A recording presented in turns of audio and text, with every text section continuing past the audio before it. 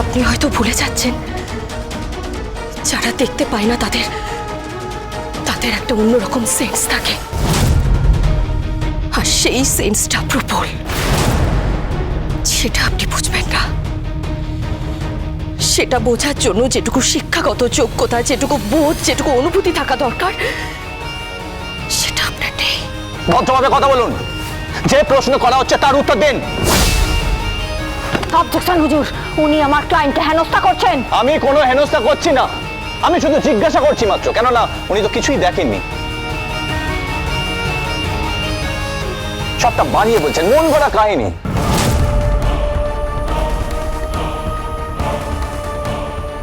মানে উনি যখন গ্রাউন্ড ফ্লোরে বাসর ঘরে ঢুকলেন, বুঝতে পারলেন কেউ নেই, তখন মিনুকে বললেন সবাইকে ডাকতে। মিনু বেরিয়ে গেল, অথচ উনি জানেন না মিনু কোথায় গেল। মিনু সেকেন্ড ফ্লোরে গেল, যেখানে হাই ভলিউমে মিউজিক বাজছিল, বার কাউন্টার ওপেন ছিল, অবাধ মদ্যপান চলছিল। কিন্তু কিন্তু গ্রাউন্ড ফ্লোর থেকে বসে বসে সেকেন্ড ফ্লোরে মিনুর কণ্ঠস্বর উনি কিভাবে শুনতে পেলেন, ইওর অনার?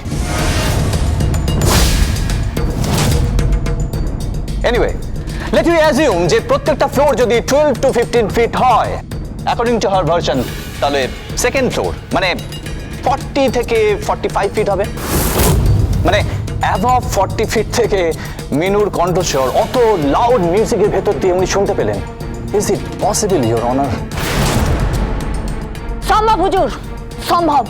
একটি মেয়ের উপর যখন অত্যাচার হয়, একটি মেয়ের উপর যখন আক্রমণ হয়, তাকে যখন শ্লীলতাহানি করার চেষ্টা করা হয়, তখন সেই মেয়েটি নিজেকে বাঁচানোর জন্য কতটা ডেসিবেলে চেঁচাতে পারে, সেটা বোধহয় আমার এই নির্বোধ উকিল বন্ধুটির জানা নেই। অবজেকশন, ইওর অনার, উনি আমাকে নির্বোধ বলছেন। কি বলবো, কি বলবো? আপনি এখানে দাঁড়িয়ে থাকুন গ্রাউন্ড ফ্লোরে, আর আমি সেকেন্ড ফ্লোরে যাচ্ছি, গিয়ে ওখান থেকে চিৎকার করছি।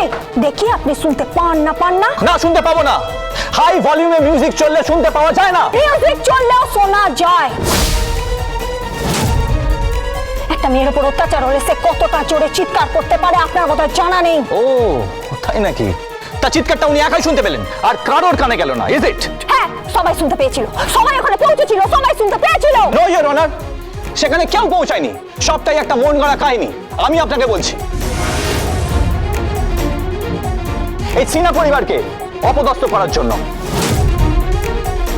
আমি আপনাকে বলছি, ইওর অনার, মিনু নামের মেয়েটি নেশায় আসক্ত ছিল।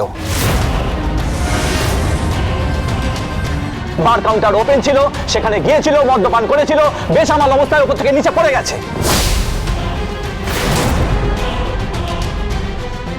আমি বলছি, ইওর অনার, পোস্টমর্টেম রিপোর্ট বলছে যে মিনুর স্টমাকে অ্যালকোহল পাওয়া গিয়েছিল। অবজেকশন হুজুর, কারোর স্টমাকে মদ পাওয়া যাওয়া মানেই যে সে মদ্যপান করেছে তা তো নাও হতে পারে। কে পরিষি দেবী, আপনি কি বলেন, মিনু কি মদ্যপান করতো? না, কুসমিন কালেও না। মিনুর কোনো নেশা ছিল না, ইওর অনার। মিনুর কোনো নেশা ছিল না। ও এমনকি চা কফিও খেত না। এটা মিথ্যে, ওর নামে মিথ্যে দোষ দেওয়া হচ্ছে। গীতা LLB সোম থেকে রবি প্রতিদিন সন্ধ্যে 6:30 স্টার জলসায় ও জিও হটস্টারে।